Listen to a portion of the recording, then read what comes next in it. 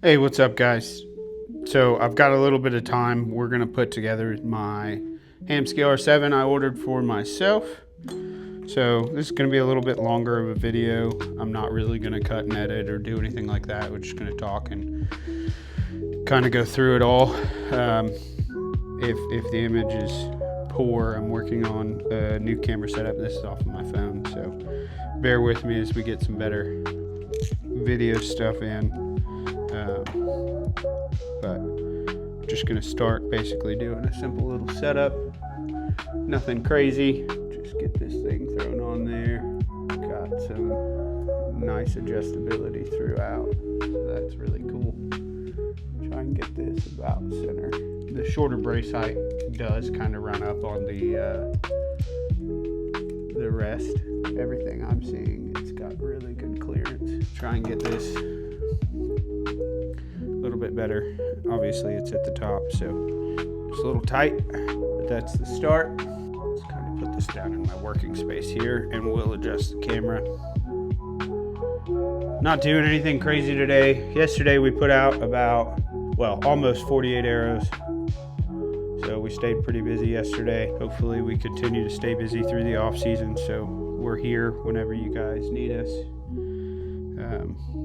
Some of the things, and these are coming from guys that I trust and know, is running these adjustment bars down as close to the limbs as you can. This gives you that little bit of extra stretch for absorption and things like that. And it's a newer technology for them, but I really like the setup that they have here. So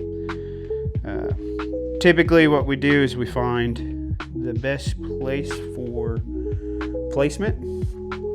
I'm actually pretty sure I could make it work around this bolt for the cam system, but we're gonna go the more traditional method and put it pretty much straight on down to the limb.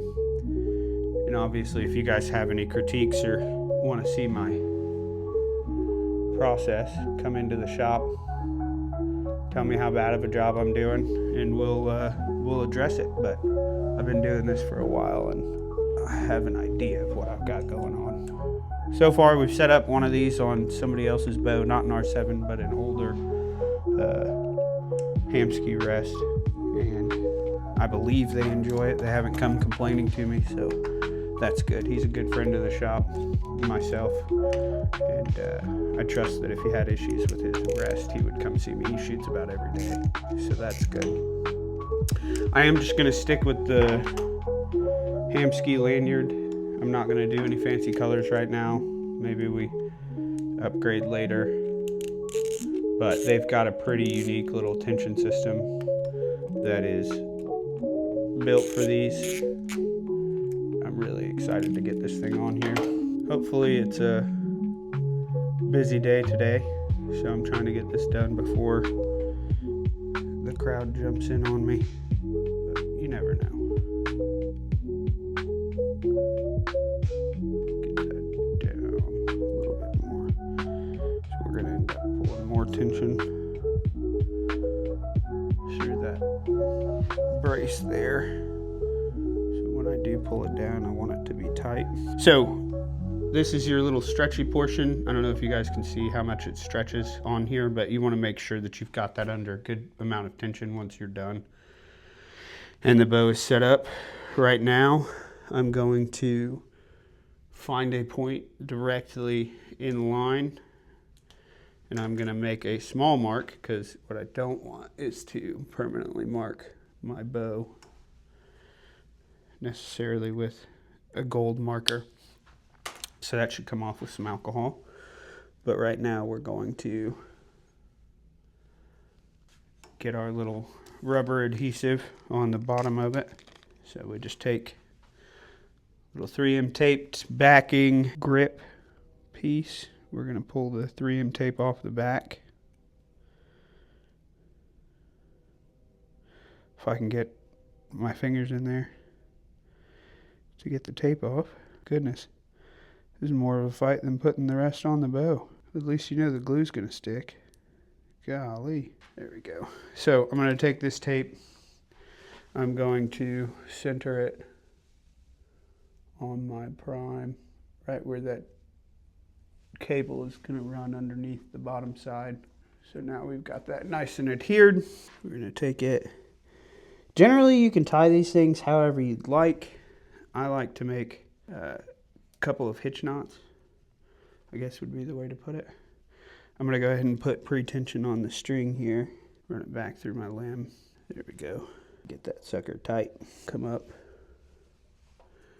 And like I said, you can make whatever kind of knots you want, really, but I like to stick with half hitches. The one thing I will say is that you do want to make sure that you take some kind of string with you in the field, if you can. If you can't, not a big deal. But I like to have a little bit extra, even if I'm shooting a QAD, just in case something comes off.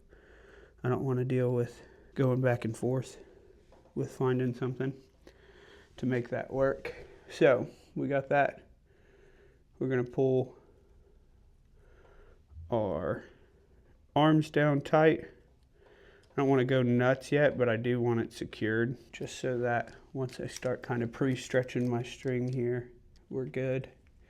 Also, this rest is probably going to change once I shoot it through paper and get it all tuned, so I don't want to go crazy with any of my major adjustments. I just want the bottom to be tied in. I want the top to have the bar down tight, and then we'll go in and make the micro adjustments as we shoot the bow through paper. So I'll stretch it and everything, get it all through paper, cut my strings. But this is the new R7 on the new Prime Divide 33. Obviously I got some tuning to do. Cut that little strap off later. You know, just make sure it's nice and tight. This is your little rubber flex piece. We'll get it all stretched out, and it's already stretching there. That's the one downside of the initial setup. You get this thing nice and stretched out. It doesn't hurt the bow, doesn't do anything crazy. Go ahead and pre-stretch it. That arm will come up, and then we just tighten it back down. No big deal at all. We'll get this into the paper, get it all tuned up. Look forward to seeing you guys.